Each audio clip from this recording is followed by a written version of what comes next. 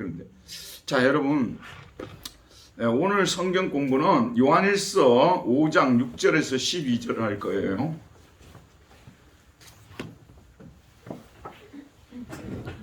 자 요한일서 5장 6절에서 12절까지 공부하도록 합시다.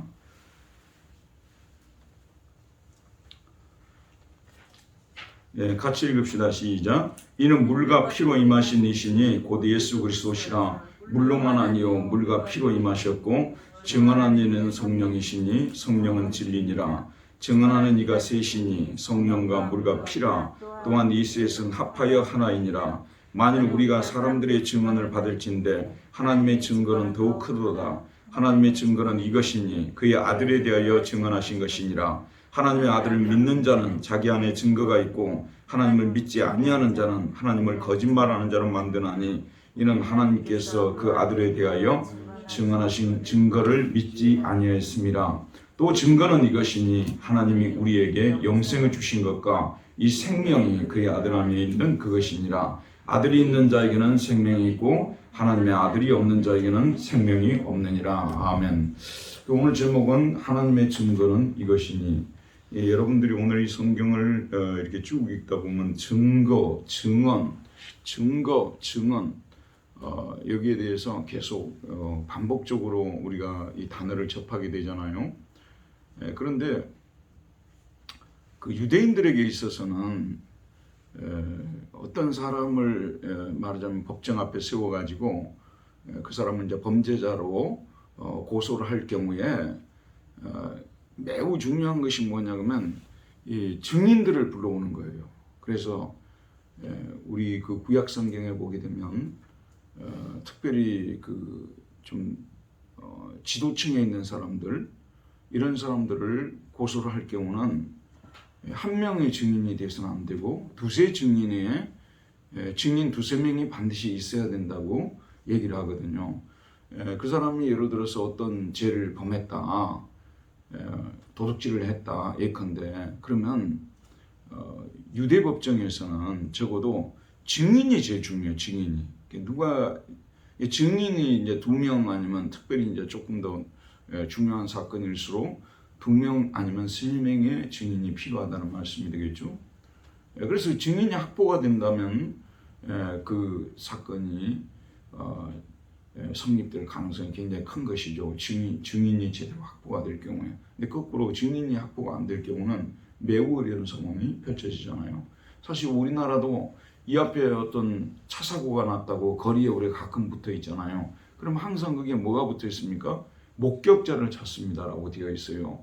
예컨대 저희 교회도 CCTV를 설치를 했습니다만은 CCTV가 그런 데서 이게 촬영을 못하는 구간들이 있잖아요. 근데 거기에서는 목격자가 절대적인 그 역할은 가장 중요한 역할을 하는 거예요. 목격자가 누구냐에 따라서요. 그 목격자의 증언. 그런데 그 목격자가 나타났어요. 그랬는데 초등학생이 나타났어요. 그리고 또 목격자가 나타났는데 고등학생이 나타났어요. 또 목격자가 나타나는데 아주 예컨대 법률 공부를 한 그런 성인이 나타났다는 말씀이죠. 목격자도 누구냐에 따라서 많이 달라지겠죠. 또 예를 들면 정신이 온전치 못한 그런 사람이 또 목격자가 될 수가 있어요.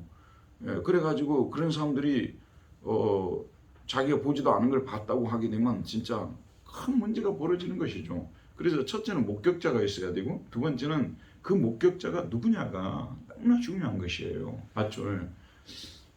그래야만 그 사건이 성립이 될 수 있다는 말씀이 되는 것이고 또 고소를 할 수가 있고 이렇게 되는 거 아니겠어요? 아니면 또 억울한 상황에서 빠져나올 수가 있고. 그래서 여러분이 증거, 증언, 목격자 이런 말들이 요한서신에서 자주 나오고 있어요. 그게 뭐냐면 여러분 이 예수 그리스도가 나사렛 예수가 하나님의 아들이시다. 나사렛 예수님이 하나님의 아들이시다. 나사렛 예수님이 하나님의 아들, 나사렛 예수가 하나님의 아들이시다. 이것을 사실은 목격한 사람들이 지금 현재 증거를 하고 있잖아요. 여러분 예수님이 하나님의 아들이시라는 것을 그분이 우리의 메시아, 우리의 그리스도 구세주라는 것 이것을 증거하는 사람들이 누구냐면 12사도가 증거를 하는 거예요. 왜냐하면 이 사람들은 직접 예수님을 따라다니는 사람들이고 예수님이 기적을 행하는 것들을 본 사람들이고 또 예수님이 십자가에 못 박히시는 것을 본 사람들이고 또 부활을 목격한 사람들이기 때문에 사실은 이 사도들의 증거야말로 예수님에 관한 증거야말로 가장 올바른 증거 아니겠어요? 맞죠? 이보다 더 뭐라고 정확한 목격자, 권위 있는 목격자가 누가 있겠습니까? 이해가시죠?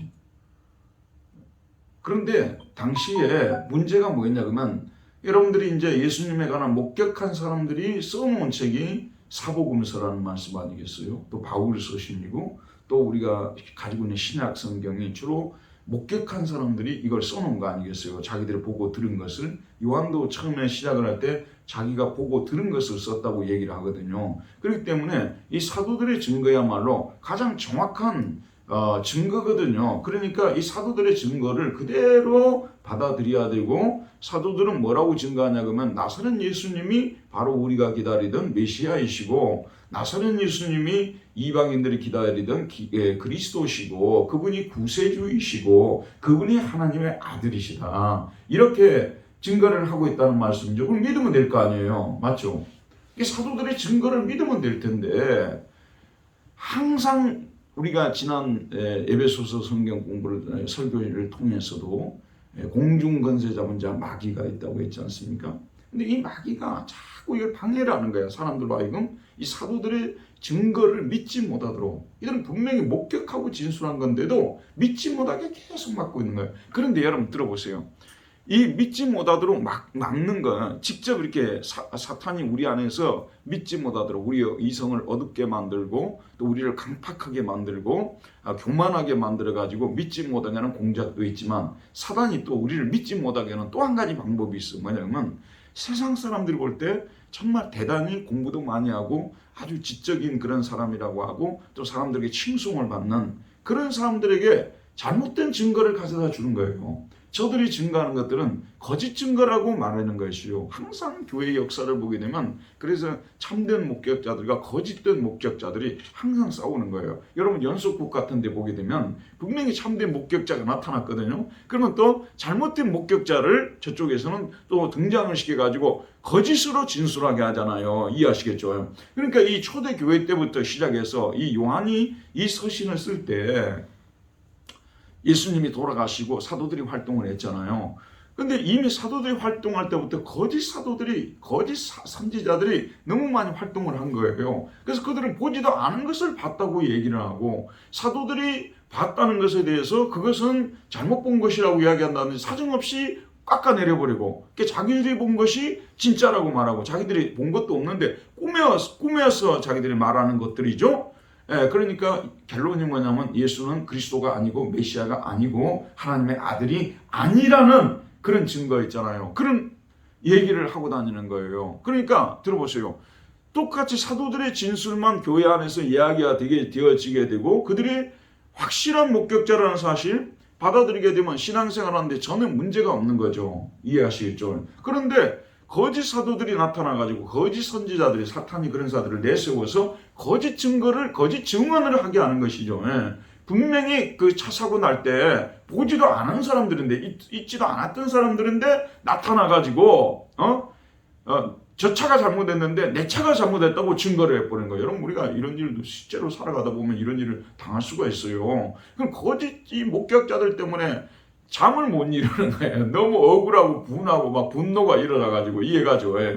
내가 뭘 잘못해서 내가 당한다면 뭐 누가 뭐라고 하겠어요. 벌금 내면 되겠지만 그러나 사실 뭐 잘못해서 교통 법규 위반해가지고 딱지 맞을 때 그 기분 되게 안 좋아. 그거 지난번에 공주 갔다 오면서 속도를 제가 좀 위반을 했더라고요. 그래갖고 돈 32,000원 내라고 지금 올라가니까 딱 이강무사가 딱 내밀더라고. 그게 상당히 그런 것을 왜 나한테 내미는지 모르겠어요. 근데 아주 그런 거 당하면 너무 기분이 안 좋잖아요. 그러나 기분이 안 좋아도 내가 그건 잘못한 것이기 때문에 기분을 삭히고 분노가 일어나지만 가라앉히고 내 잘못을 뉘우치고 돈을 내야 되잖아요. 근데 내가 입안도 안 했는데 누가 나타나가지고 입안을 했다고 벌금을 내라고 했다고 하면 생각을 해봐요, 여러분. 단 돈 3만 원이라 하더라도 너무 고통스럽고 너무 기분이 안 좋은 거잖아요. 지금 조금 제가 서두가 좀 길어졌는데 바로 이런 상황에서 이 책이 쓰여진 거예요.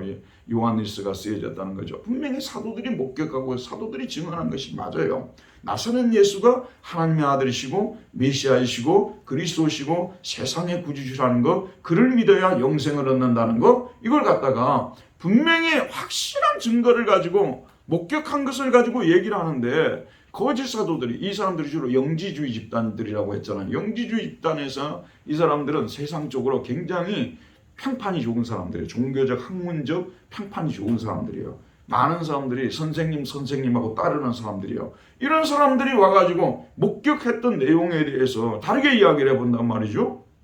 그리고 사도들 쟤들 봐봐, 공부만 애들이 있는가? 오늘 우리 식으로 말하자면 세계적인 대학 나온 애들이 12제자 중에 한 명이라도 있었는가? 이렇게 권위를 막 부숴버리고 들어오니까 영지주의 그룹의 리더들은 당대의 플라톤 아카데미, 또 아리스토텔레스의 그런 운영하는 그런 철학 학파, 그런 데서 공부한 사람들이 많거든요. 무슨 얘기인지 알겠죠? 근데 쟤들은 쓴 어부들 아니냐? 그런 애들이 쓴 마태, 마가, 누가, 요한, 그런 목격자들의 목격을 목격한 것을 어떻게 너희들이 믿을 수 있냐? 와, 그럼 참 이게 기가 막히죠. 기가 막히죠. 그래서 참 이게 생각보다도 어렵습니다. 여러분, 지난 에베소서 설교를 통해서 공중권세자분자 마귀가 불순종의 아들들 가운데 역사한다고 말씀했잖아요. 지금도 교회 안에 거짓 신학을 집어넣어놓고 거짓 선지자들을 집어넣어놓고 거짓 사도들을 집어넣는 거, 거짓 학자들을 집어넣어놓고요. 그래서 그들이 전통적으로 믿어왔던 것들에 대해서 다르게 이야기를 하도록 하는 거예요. 그러면 일반적으로 오늘날 우리 목회자들의 그 학력이 많이 높아졌습니다만은, 아시는 대로 70년대까지만 해도 어느 여대에서 앙케이트 조사를 했는데 이발사 다음으로 목사가 나왔다고 하잖아요. 그리고 실제로 4년제 대학을 졸업한 사람들이 정말 드물었어요. 그 당시만 해도요. 그러니까 그런 사람들이 나와서 이야기를 해보게 되면 훨씬 더 설득력이 있게 되고, 저 말 알겠죠? 일반 목사님들이 설교하는 내용들은 저것들은 배우지도 못하는 애들이 막 이렇게 성경을 깊이 연구하지도 않은 애들이 그냥 단순하게 문자적으로 해석을 했고 성경을 전한다고 이렇게 하게 되면은 금방 그 목사님의 말씀을 통해 은혜를 받고 변화되고 했던 사람들이 금방 고개를 흔들게 되고 이렇게 될 수 있다는 거죠. 매우 그래서 오늘 사도가 다시 한번 강조하는 것은, 너희들이 지금 이제 이 목격자들이 너희들에게 전해준 그 증언을 너희들은 받아들이고 그분들이 예수님이 그리스도시라는 것, 여기에 대해서 받아들여라. 그리고 또 한 가지, 사실 예수님이 하나님의 아들이시라는 것을 증거를 하는 분들이 계시다. 첫째는 성부 하나님께서 예수님의 하나님의 아들이시라고 증거하고 있고, 성령 하나님께서 우리 안에서 예수님의 하나님의 아들이시라고 증거하고 있고, 동의하시죠? 그리고 실제로 예수님 자신이 자신의 말과 삶을 통해서 예수님이 하나님의 아들이시라는 것을 증거하고도 증거가 넘치게끔 해주신 거예요. 그래서 심지어는 예수님을 잡으러 왔던 바리새인들조차 지금까지 내가 이렇게 말하는 사람을 본 적이 없다. 예수님의 말을 들어보니까 이 사람은 사람이 아니야. 사람의 모습만 입고 있을 뿐이지 사람의 세계를 초월해 있는 사람이에요. 이해하시겠죠? 이게 들으러 온 사람들이 들어보고, 그 다음에 예수님의 문둥 환자들을 찾아가서 어루만져 주시고 그들과 함께 살고 세리를 영접하고, 예수님의 그 삶을 보니까 하나님의 아들 메시아가 아닐 수가 없다는 거죠. 저 말 아시겠죠?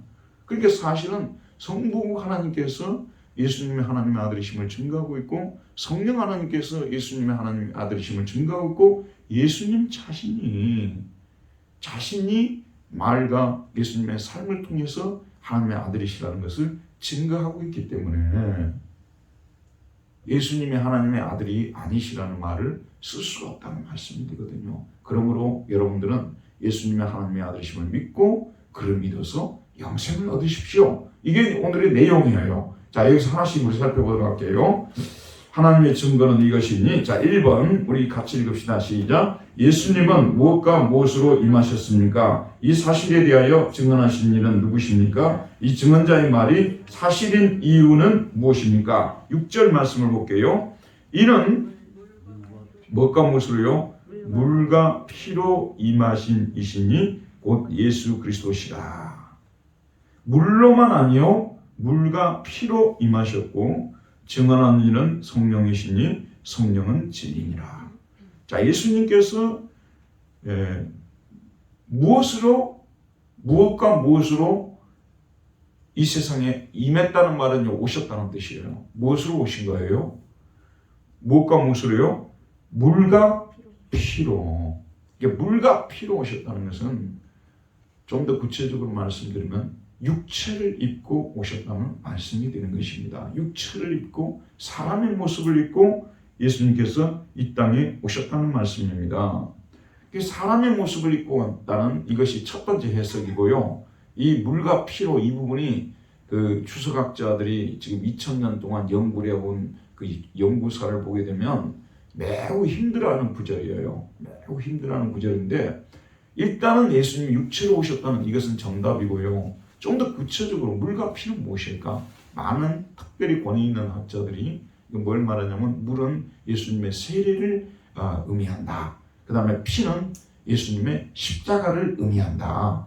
자, 예수님께서 세례를 통해서 받음을 통해서 우리의 죄를 씻어주셨잖아요. 또 예수님이 십자가에 피 흘려 돌아가심을 통해서 우리와 하나님과의 화목을 이루셨지 않습니까? 맞죠?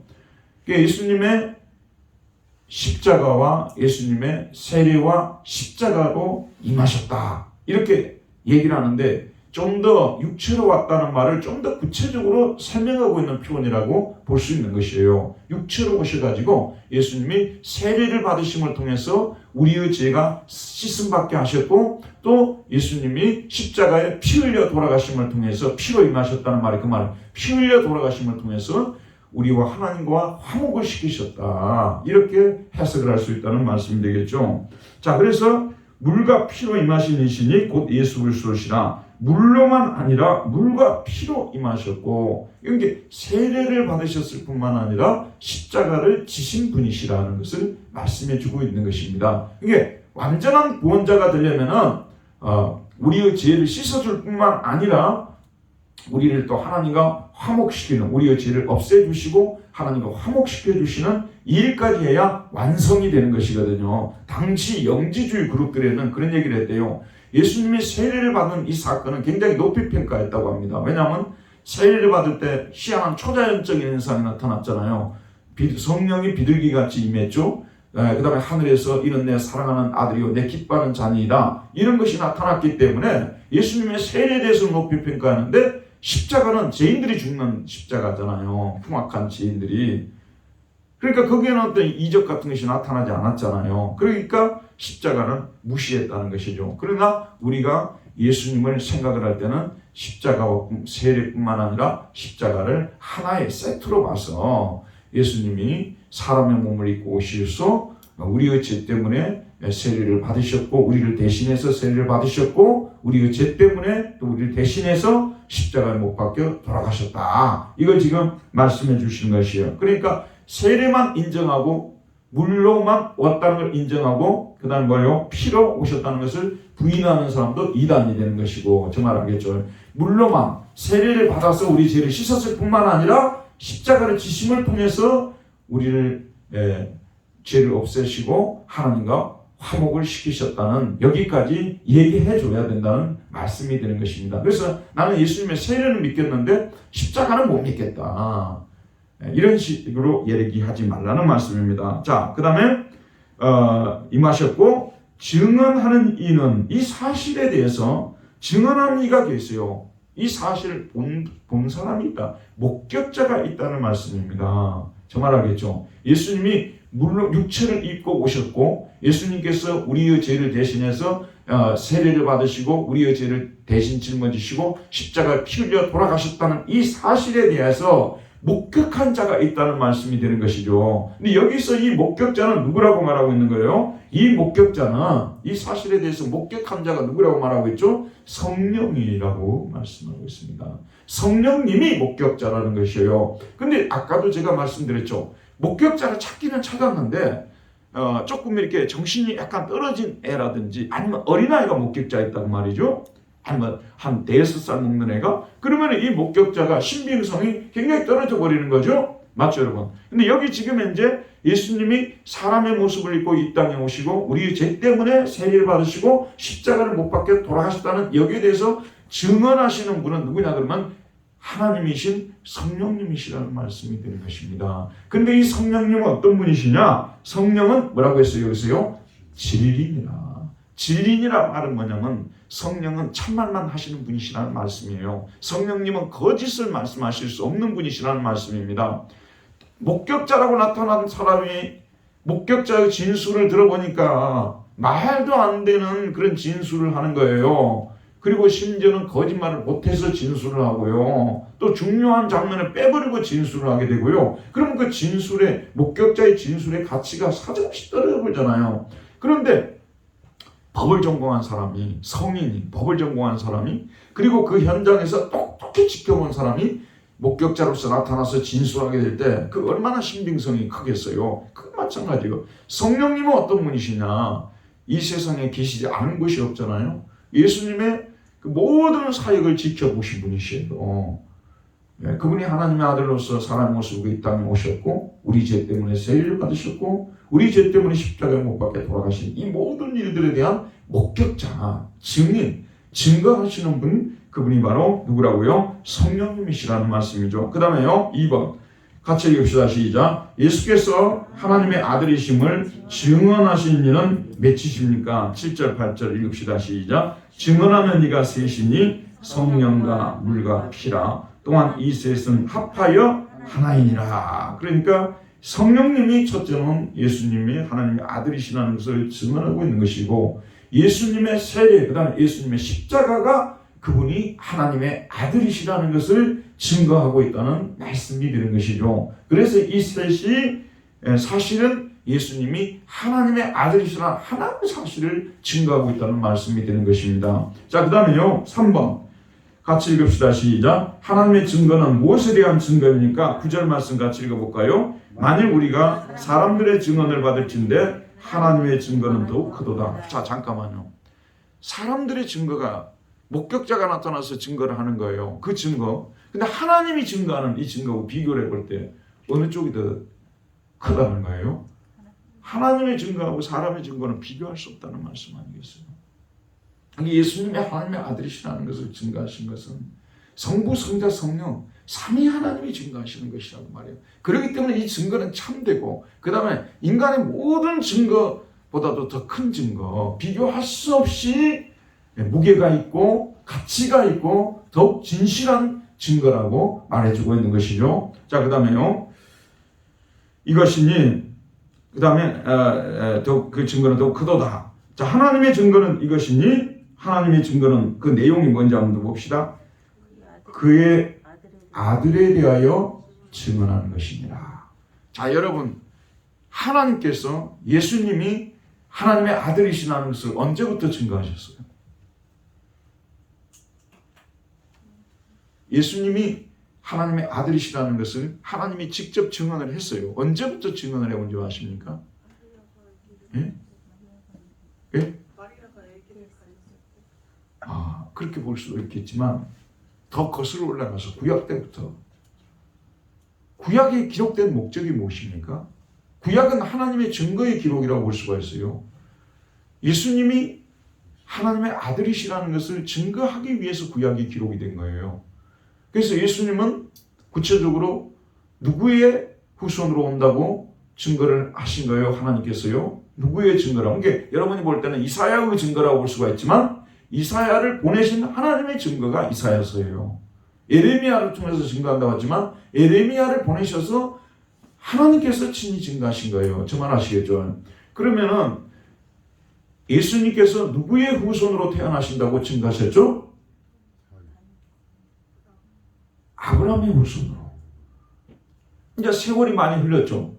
이제 구체적으로 누구의 후손으로서? 아브라함과 다윗의 후손으로 태어날 것에 대해서 증거하셨죠. 그 다음에 그 예수님이 누구의 몸에서 태어날 것에 대해서 증거하셨죠?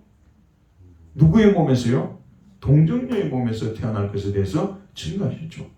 구약은 다 뭐냐 그러면 하나님의 증거의 기록이에요. 우리 법으로 말하자면 하나님 자신의 기록이 성경책이라고 말씀해요. 하나님 자신이 증거자예요. 하나님 예수님이 하나님의 아들이시라는 것. 직접 예수님에 대해서 이렇게 하나님께서 증거해 주신 내용들이 구약에 나타나 있다는 말씀이 되겠죠. 그렇죠, 여러분? 그리고 이제 예수님께서 이 땅에 태어날 때 금방 말씀하셨지만 천사들이 바로 마리아에게서 태어난 이 아들이 하나님의 아들이라고 증거를 해 주셨잖아요. 그리고 나중에는 또 사도들이 또 뭐죠? 자기들이 보고 들은 것을 근거해서 예수님이 하나님의 아들이라고 증거하고 있는 거예요. 그 모든 증거는 하나님의 증거에 사실은 다서술행이에요. 하나님의 증거를 반복하고 있는 것이라고 볼 수가 있는 거죠. 그럼 하나님의 증거의 내용은 무엇이냐? 하나님의 증거는 뭐라고요? 이것이니 누구에 관해서 증거하는 거예요? 그의 아들에 관하여.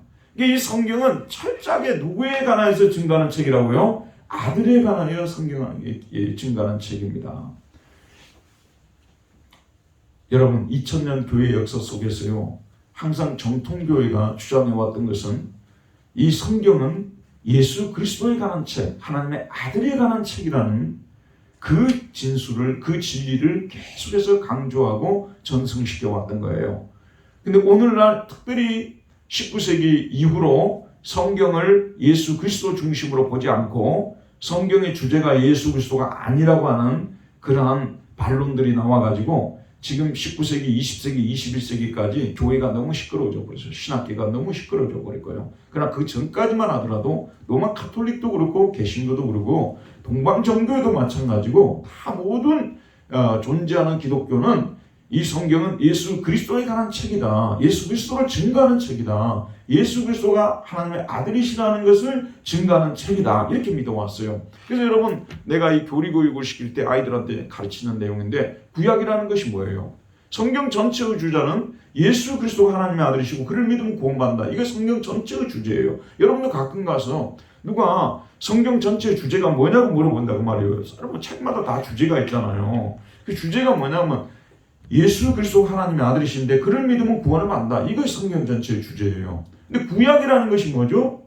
구약이라는 것이 옛날에 올드 테스터먼트, 올드 프라미스, 옛날의 약속, 옛날의 유언 이거잖아요.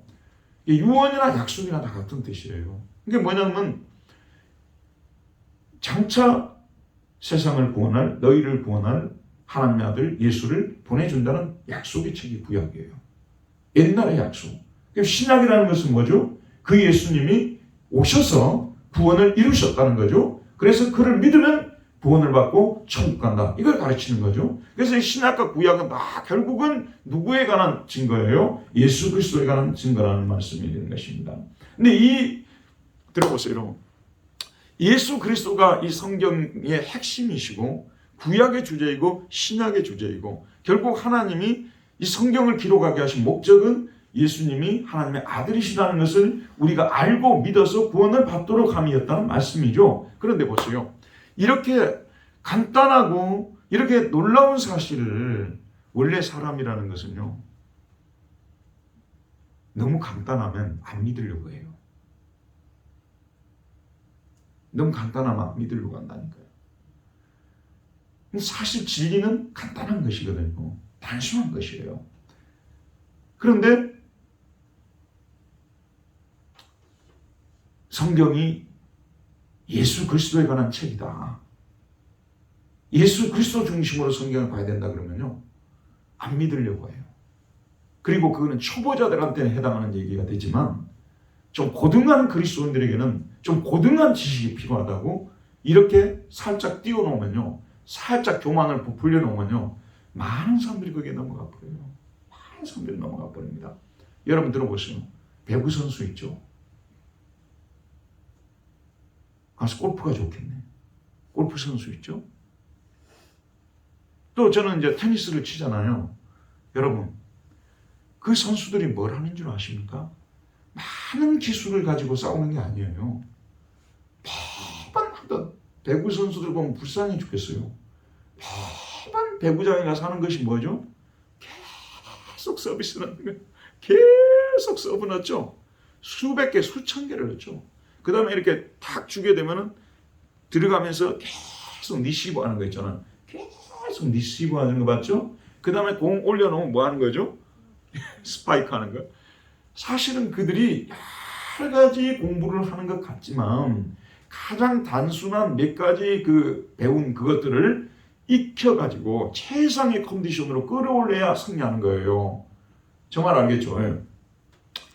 우리 기독교도 똑같은 거예요. 우리가 이미 배우고 익힌 그런 지식들을 좀 더 우리가 그걸 정확하게 확실하게 내 것으로 만들어서 활용할 줄 아는 그리스도인을 만드는 것이 이것이 진짜 기독교거든요. 그런데 거짓 기독교일수록 뭐냐면 양을 많이 늘려요. 배움의 내용을 많이 늘려놔. 그래가지고 많은 것들을 배워야 좋은 그리스도인이 된다는 거. 많은 것들을 체험해야 좋은 그리스도인이 된다는 거. 자꾸 그런 식으로 말하자면 무지개를 쫓게 만들어놔요. 이미 배울 건 다 배웠다고 보면 되는 거예요, 여러분요. 사도신경에서 배운 내용들 있잖아요. 주기도문에서 배운 내용, 그 다음에 십계명에서 배운 내용 있잖아요. 제가 우리 그 중고등부 애들 또는 그 이번에도 이제 우리 차맥이나 애들이 와서 이제 나한테 그 입교를 받기 전에 공부를 했어요. 그래서 제가 뭘 가르치냐 그러면 자, 너희들 성경 주제가 뭐지? 이걸 이제 아까 제가 가르쳤던 내용 가르쳐요. 그 다음에 두 번째 가르치는 내용이 뭐냐면요. 우리가 믿어야 할 내용이 뭐지? 자, 우리가 믿어야 되잖아. 근데 예수님을 믿기는 믿지만 그러나 조금 더 우리 기독교 66권을 요약해 놓은 우리가 믿어야 될 내용이 뭐예요? 어디에 기록이 되어 있어요? 사도신경. 사도신경에 우리가 믿어야 될 내용이 다 기록이 되어 있어요. 아우구스티누스, 루터 칼빈 이런 사람들이 와가지고요. 평생토록 했던 것이 뭐냐면 사도신경을 강의를 한 거예요. 또 그 다음에 우리는 어떻게 기도해야 되죠? 우리는 소원이 있어야 되잖아. 근데 기도보다도 소원이라고 바꾸니까 확 와닿더라고요. 여러분이 예수를 믿었으면 이제 소원을 가지고 살아야 되죠. 뭔가 새로운 소원이 일어나야 되잖아요. 여러분들이 하나님께 바라는 소원, 그 소원을 담은 것이 주기도문 아니에요. 하늘에 계신 우리 아버지, 이름이 거룩히 여기면 받기를 원합니다. 그게 내 소원입니다. 주님의 이름이 망령되어 일컫지 않게 되는 것이 저의 소원입니다. 저 말 알겠죠? 그러니까 이게 확 와닿더라고. 나도 얼마 전에 그걸 알았어요. 소원이라는 말을 바꾸니까 주기도문이 그냥 확 와닿는 거예요. 우리가 무엇을 하나님께 바라면서 살아야 될 것이냐. 바란다는 말이 기도예요, 기도. 다른 게 아니고요. 그게 주기도문이에요. 그 다음에 우리가 이 세상에서 할 것이 무엇이고 하지 말아야 될 것이 무엇인가. 여러분 그리스도인들이 뭘 해야지? 뭘 하지 말아야지? 그런 생각하죠? 뭘 해야죠? 뭘 하지 말아야죠? 그걸 가르치는 것이 뭐죠? 십계명이죠. 그러니까 사도신경, 주기도문, 십계명에 그리스도인의 기독교라는 것이 거기에 다 들어있는 거예요. 이해가죠? 그게 다 들어있어요. 근데 그걸 아까 말했던 대로 스파이크 하는 거 하루에도 배우죠. 스파이크 하는 방법 하루에도 배우죠. 딱 하면은 배구 가르쳐준다 했고 스파이크 어떻게 하는 줄 아니? 먼저 리시브를 한번 생각합시다. 이걸 이렇게 하라고 그래요. 이걸 이렇게 하고 이렇게 해서 반대되고 쫙 뻗으라고 이렇게 얘기를 해요. 이거 할 때요. 배구요. 근데 제가 운동 다 잘하는데 배구 잘 못해요.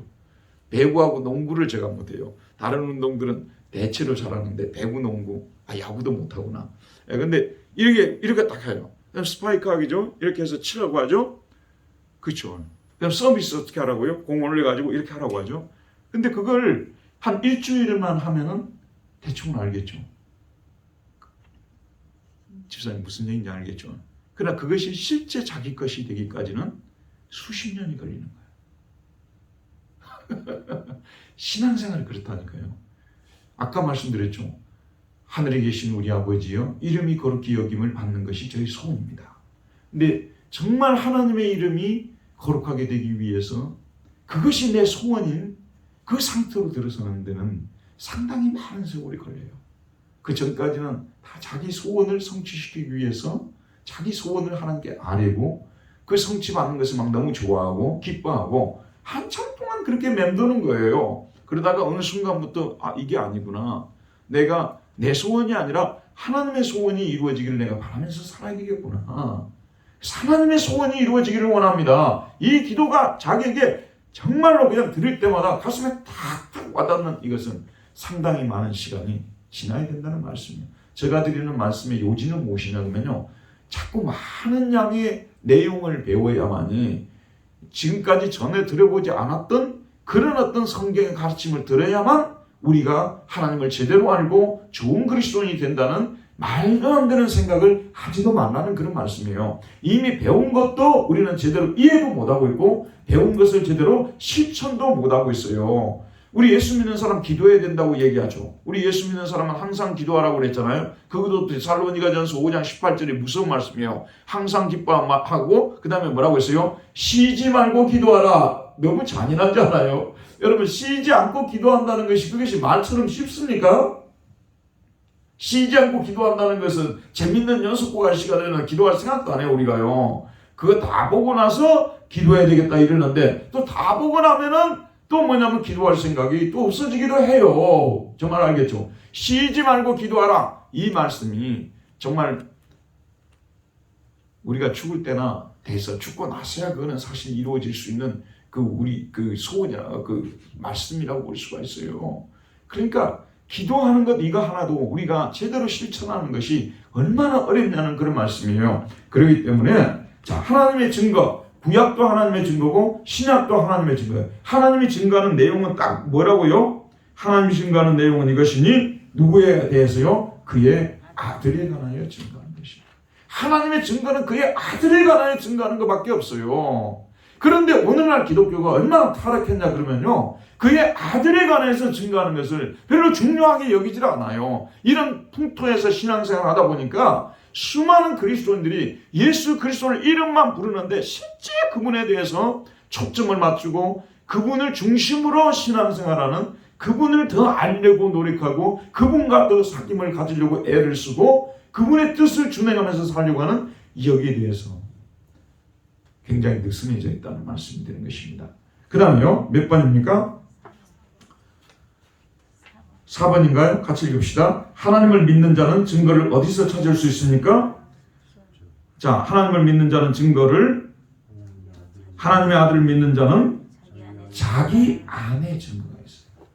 예수 그리스도가 하나님의 아들이시라는 그 증거를 우리는 우리 안을 바라보면 예수님이 하나님의 아들이시라는 것을 우리가 그 증거를 찾기 위해서 멀리 갈 필요가 없고 밖으로 나갈 필요가 없고 우리 안에서 찾아야 된다고 했잖아요. 그럼 여러분 이 말이 무엇을 의미할까요? 먼저 우리가 생각해 볼 수 있는 것은 성령께서 우리 안에 내주하시면서 예수님이 하나님의 아들이시라고 증거하고 계시잖아요. 맞죠? 성령께서 우리 안에 계시면서 예수님이 하나님의 아들이시라고 계속 증거를 하고 있는 것이에요. 그리고 이 증거만이 올바른 증거인 것이고 확실한 증거인 것이죠. 그런데 여러분 들어보세요. 한때 여러분 알버트 슈바이처 박사라고 들어보셨죠? 아프리카의 성인이라고 하던가요? 알버트 슈바이처 박사. 근데 그 슈바이처 박사가 원래 스위스 사람이에요. 근데 천재예요, 천재. 이 사람은 박사학위가 음악 박사학위가 있었어요. 그 다음에 신학 박사학위가 있었어요. 그리고 또 그 사람이 또 다른 박사도 있었을 것이요. 아무튼 신학 박사로 특별히 20대에는 신학 박사로서 그 사람이 신학을 가르치고 그랬어요. 근데 이 사람이 그때 하나의 커다란 나름대로 야망을 가졌어요. 그게 뭐냐면 당시에는 전 세계적으로 특별히 공부하는 사람들에게 가장 유행하는 말이 뭐냐면 역사였어요. 역사. 그 전까지만 하더라도 우리가 이 역사라는 말을, 여러분 요즘은 역사의식이라는 말을 많이 쓰잖아요. 당시에 19세기에 그 말이 역사 연구가 그 당시는 유행이었어요. 근데 역사를 왜 연구하냐 그러면요, 지금까지 우리가 믿어왔던 그런 사실들이, 그러한 이야기들이 실제 그 시대에 있었던 자료라든지 책이라든지 또 실제 그 책들이 어떻게 만들어졌는지, 어떻게 전승되어 왔는지, 그런 것들을 다 조사를 해보니까 너무 많이 거짓이에요. 너무 많은 것들이 거짓이라는 말씀이에요. 그래서 역사학이라는 것이 나타나가지고 그들이 하는 일이 뭐냐면, 대표적으로 독일의 랑케 같은 사람이 그런 일을 했어요. 랑케 같은 사람이 뭐냐면, 과연 사실이 무엇이느냐. 여러분, 우리가 예를 들어서 그 아리스토텔레스가 니코마코스 윤리학을 썼다는 그런 얘기를 우리가 알고 있잖아요. 근데 역사학이라는 것은 뭐냐면, 실제 아리스토텔레스가 그 책을 쓴 것이 맞는가? 그리고 아리스토텔레스가 쓴 책인가? 이게 다른 사람이 쓴 책인가? 이런 것들을 다 조사를 해보는 거예요. 그리고 여러 문서들이 지금 남아있는데 어떤 지금 현재 문서가 올바른 것이냐, 이런 걸 조사를 해서 가장 근접한 사실, 그때 제일 유행한 단어가 뭐냐면 팩트라는 단어예요. 사실. 독일말은 팍트라고, 라틴어는 팍툼이라고 했어요. 사실이 뭐냐. 그래서 사실을 찾아내는 것이 당시의 역사가들의, 그러니까 슈바이처가 그 시대의 흐름 속에서 성경책, 이것은 사실에 근거한 것이 아니라 좀 모자란 제자들 있잖아요. 좀 공부도 많이 못한 애들, 이런 애들이 증거한 증언에 기초해서 만들어진 책이 사복음서 아니냐 그 말이에요. 말하자면 하버드라든지 이런 뭐 유명한 대학 출신들이 지금 쓴 게 아니라 일개 어부에 불과했던 사람들이, 이런 사람들이 교육을 제대로 받지도 못한 사람들이 이 책을 써서 나누어졌는데, 이걸 어떻게 우리가 사실로 받아들일 수 있냐는 그런 말씀이에요. 그러면 이 사람들의 증언을 완전히 우리가 제쳐놓고, 과연 그 시대의 문헌들 있잖아요. 권위 있는, 예를 들어서 요세푸스가 쓴 유대 전쟁사라는 것이 있어요. 그런 어떤 뭐 타키투스의 역사, 그런 거 있잖아요. 그런 책들을 조사를 해보면서 과연 예수라는 사람이 AD 1년에 태어난 것이 맞는가, 아우구스투스 때 태어난 것이 맞는가, 그 사람이 진짜 나사렛에서 살았던 것이 맞는가, 그 목수 요셉하고 마리아가 진짜 자기 부모님 맞았는가, 이걸 다 조사를 해보는 거예요. 이해가죠? 그것이 역사적 예수 연구예요. 그래서 이 사람이 뭐냐 그러면 예수의 생애 연구라는 책을 썼어요. 예수의 생애 연구. 이게 그 전까지만 해도 불경한 방법이잖아. 교회에서 이단으로 면직되기 좋을 만한 연구였잖아. 그러나 19세기는 이미 이걸 뛰어넘어 버렸어요. 그래서 자기 자신들이 역사학 연구하는 방법으로 예수님이 누구신가에 대해서 연구를 하게 된 거예요. 성경을 제쳐두고. 나중에 연구를 한 결론을 보니까 성경에 기록된 것 외에 그 이상의 것이 없다는 결론을 내렸어요. 근데 이 역사 연구를 통해서 예수님이 하나님의 아들이시라는 것을 증거를 하려고 도전을 했는데, 그 도전이 성공할 수 있을까요? 없을까요? 죽었다 깨어나도 성공할 수 없죠. 예수님이 하나님의 아들이시라는 증거는 그런 방법을 통해서 찾는 것이 아니라 우리 안에서 찾아야 되는 거예요. 우리 안에 누가 계시면서요? 성령님이 계시면서 예수님이 하나님의 아들이시라고 증거를 해주고 있다는 말씀이 되는 거죠. 그리고 이 증거는 옳은 것이에요. 그런데 그 다음 문제 보도록 합시다. 하나님을 믿지 않는 자는 하나님을 어떤 존재로 만드는 것이에요? 예수님이 하나님의 아들이시라고 하나님이 증거를 하는데, 그 하나님을 믿지 않는 사람들은, 그 증거를 믿지 않는 사람들은 결국은 하나님을 어떤 분으로 만드는 거예요? 거짓말하는 분이야. 지금 우리 교회 안에서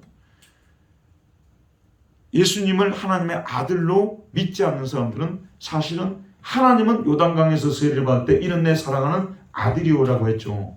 성령님도 우리 안에서 하나님의 아들이라고 증거하고 있죠. 그런데도 하나님의 아들이심을 믿지 않는다면 이 사람들은 결국은 누구도 믿지 않는 거예요. 하나님도 믿지 않는 것이고 하나님의 증거도 믿지 않는 사람들이기 때문에 이 사람들이 이단이라는 말씀이 되겠죠.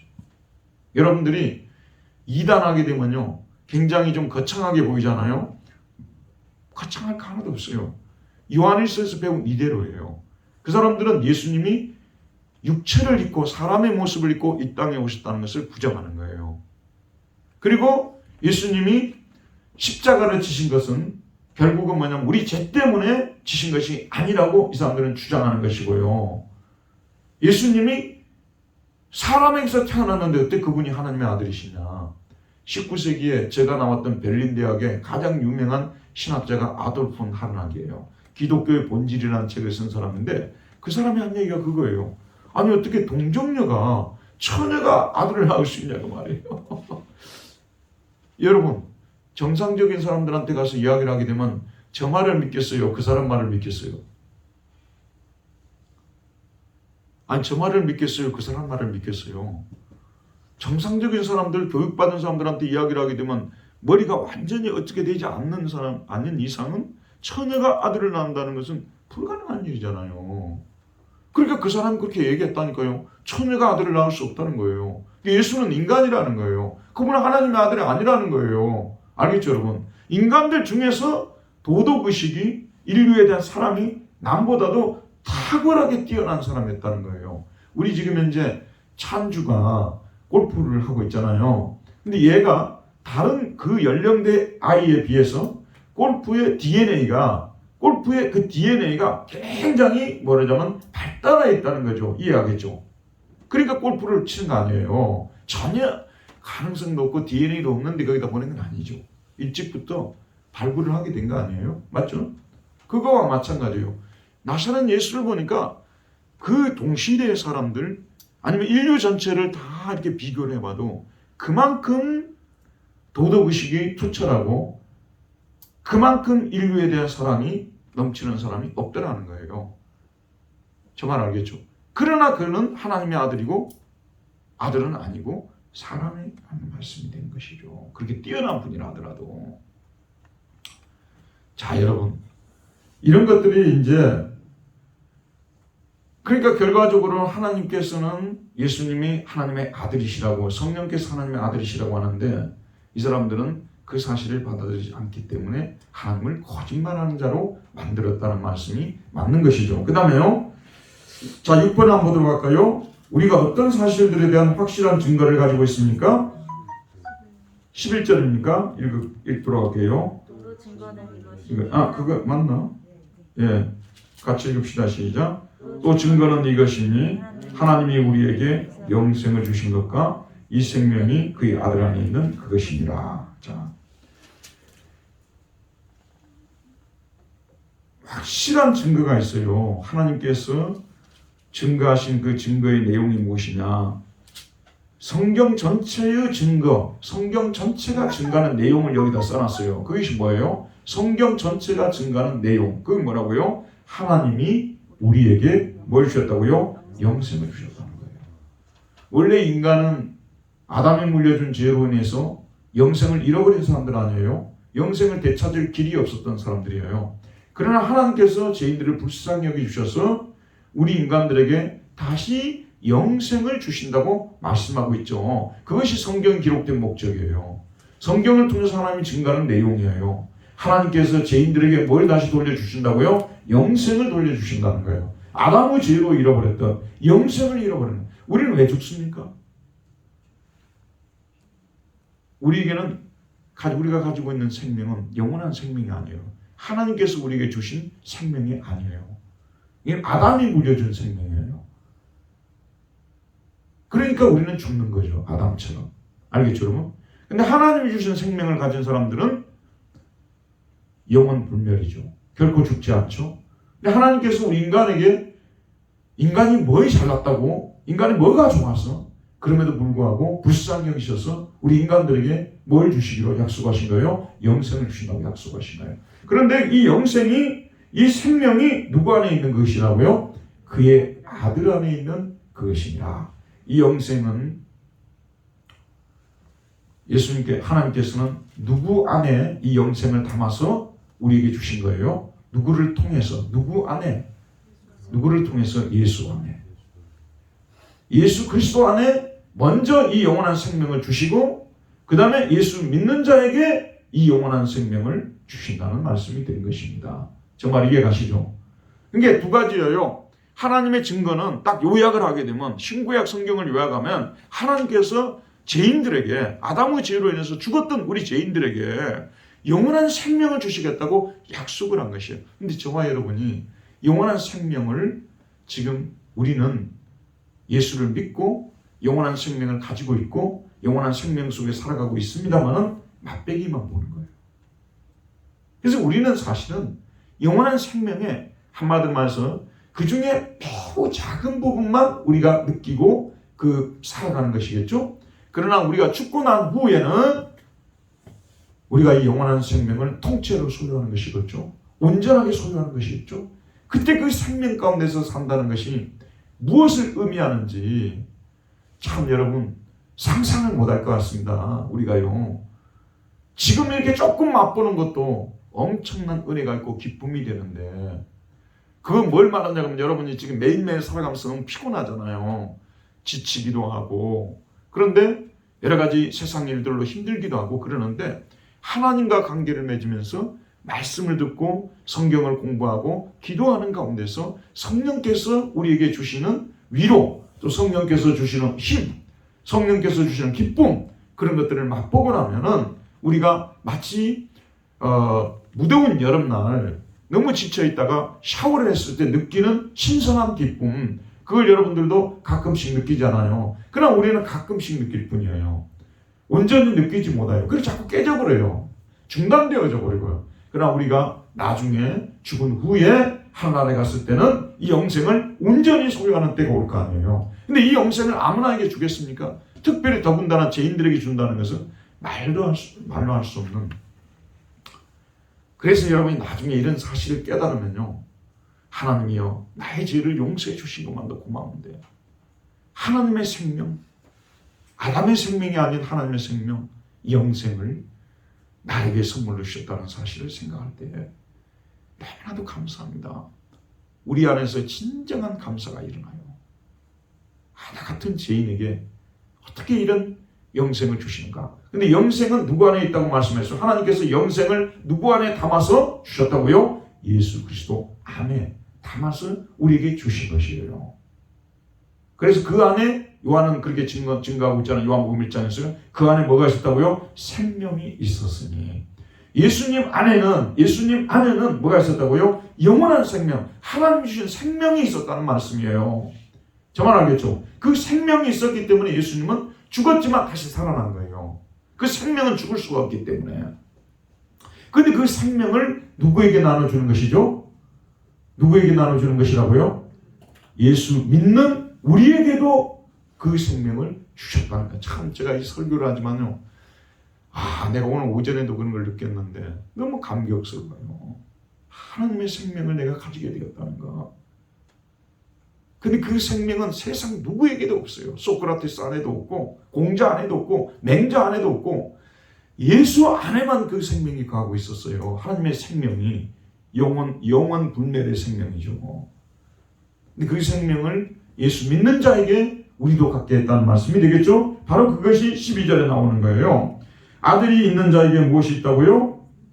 아들이 있는 자에게는 생명이 있고 하나님의 아들이 없는 자에게는 생명이 없느니라. 여기 보면은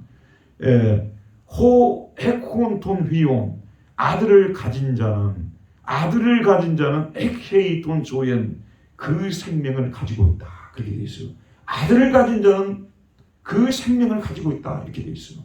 저와 여러분들이 누구를 가지고 있습니까? 예수님을 모시고 있다는 거죠. 그러면 우리가 뭘 가지고 있다는 거예요? 예수 안에 있는 그 생명을 우리가 지금 가지고 있다는 말씀이 되겠죠. 아멘. 그 다음에 또 뭐라고 했어요? 하나님의 아들을 가지지 않는 자는 오늘 말씀 보면 하나님의 아들이 없는 자에게는 이렇게 되어 있잖아요. 그런데 이게 원문으로 호메에콘 톤 휘온 투세우라고 했어요. 하나님의 아들을 결코 가지지 않는 자는 하나님의 아들을 그냥 가지지 않는 정도가 아니라 결코 전혀 가지지 않는 자는 그런 말씀이에요. 그런 사람은 뭘 가지고 있지 않다고요? 토텐조엔 욱에케이 생명을 가지고 있지 않다라고 말하고 있습니다. 여러분 영지주의자들 중에서는 뛰어난 철학자도 있었어요. 뛰어난 종교학자도 있었어요. 뛰어난 환상을 체험한 사람들도 있었어요. 뛰어난 금욕주의자들도 있었어요. 그러나 그들 누구 안에도 생명은 없었어요. 그런데 사람들이 무시하고 멸시했던 나사렛 예수 그리스도 안에 생명이 머무르고 있었어요. 생명이 머무르고 있었다니까요. 알래스카, 당시에 소련이 미국한테 헐값으로 팔았다고 했죠. 형편없는 돈을 받고 소련이 미국한테 알래스카를 판 거 아니에요? 나중에 알고 보니까 거기에 기름이 어마어마하게 매장이 되어 있다는 거예요. 사실은 예수 그리스도는 예수님 당시에도 매우 멸시를 당하신 분이세요. 그런 멸시를 받았고 사람에게 실어버린 바 되었음이라고 말하고 있지 않습니까? 그리고 지금 21세기에도 예수님은 여전히 멸시를 당하고 있습니다. 하지만은 생명은 하나님의 생명, 영원한 생명, 이 생명은 오직 예수 그리스도 안에만 있어요. 그래서 그 아들을 믿는 자에게는 이 생명을 선물로 주는 거예요. 여러분, 우리가 예수를 믿고 나면요, 들어보세요. 마지막으로 마치면서 말씀드릴게요. 처음에 예수 믿을 때는 그걸 몰라요. 근데 세월이 가면 갈수록 예수를 믿고 난 후에 내 인생을 이렇게 바꿔버릴 수가 있을까? 그리고 하나님께서 이렇게 좋은 선물들을 줄줄이 연속적으로 준비해 놓을 수 있을까? 신기하다. 상상도 못했던 일이다. 여러분, 예수 믿는 사람은요, 예수를 제대로 믿는 사람 있잖아요. 제대로 믿는 사람들은 결코 망할 수가 없어요. 나중에 보세요. 하나님께서 그들을 결코 버리지 않습니다. 고아와 같이 버려두지 않습니다. 여러분들이 앞으로 내가 예수 믿고 나 같은 죄인이 무엇이간데 이렇게 많은 것들을 받을 수 있을까? 놀라 뒤로 자빠져요. 그러나 그런 것들은 우리가 받을 영원한 생명에 비하자면 빙산의 일각이라는 거예요. 우리가 받을 영원한 생명, 예를 들면 찬혁이가 지금 엄마 아빠한테 용돈 좀 받으니까 기분 좋아할 거야. 우리 엄마 아빠는 정말 이번에 나이키도 하나 사주고 또 겨울 되니까 파카도 하나 사주고 또 가끔씩 용돈도 주고 또 여행도 데려다니고 우리 엄마 아빠 정말 좋아 이럴 거예요. 그런데 나중에 결혼할 때 아파트가 떨어질 줄은 아직 모르고 있을 거예요. 그뿐이겠습니까? 만약에 이제 찬이가 아주 부잣집하고 결혼하지 않으면 엄마 아빠가 얘를 어떻게 살아야 할 것인지까지도 다 염려해주고 장차 자기에게 주어질 그 복은 지금 아이들은 상상을 못하고 있는 거예요. 제가 오늘 여러분에게 힘있게 설교하는 이유가 뭐냐면요, 우리가 앞으로 지금도 우리가 하나님께 받은 것들을 우리가 정말 다 감사도 못하고 살아가고 있지만 장차 우리가 받을 그러한 복들은 또 하나님 주시는 선물들은 너무너무 엄청난 것들이 기다리고 있어요. 여러분 기대하시길 바랍니다.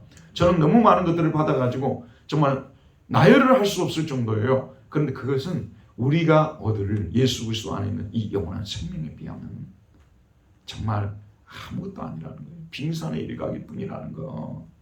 여러분 그걸 믿으세요. 나중에 우리가 하늘나라에 가서 이 영원한 생명을 가지고 영원토록 살아갈 날이 있잖아요. 그것을 생각한다면 지상의 삶이라는 것은 이거는 정말 비교조차 될 수가 없어요. 이거는 어둠이나 마찬가지예요. 우리가 누리는 행복이라는 거요. 자, 여러분 그 좀 행복한 날 오래 가면 좋을 거 아니에요?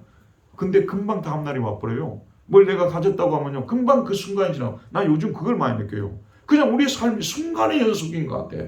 어떤 좋은 순간에 좀 머물러 있으면 좋겠잖아요. 머물러 있지를 않다니까요. 좋은 순간이 금방 가버리게 되는 거예요. 야, 지상의 삶이 너무너무 허무하다. 그런 생각을 많이 갖습니다. 그런데 우리가 영원한 생명을 가지고 있는 한 결코 우리 죽지 않는다는 것이죠. 우리 죽어도 다시 살겠고 무릇 살아서 나를 믿는 자는 영원히 죽지 아니하리라. 자, 이 믿음 속에서 우리가 살아가게 될 때 이 증거는 하나님의 증거하신 거예요. 예수님께서 직접 증거하신 것이고 성령님께서 증거하신 것이고 사도들이 증거한 것이기 때문에 지금 제가 여러분에게 아들이 있는 자에게는 생명이 있고 아들이 없는 자에게는 생명이 없다. 이 말씀은 어떤 누구도 이걸 무너뜨릴 수 없어요. 왜냐하면 하나님이 증거하신 것이기 때문에 어떤 어린애가 증거한 것이 아니에요.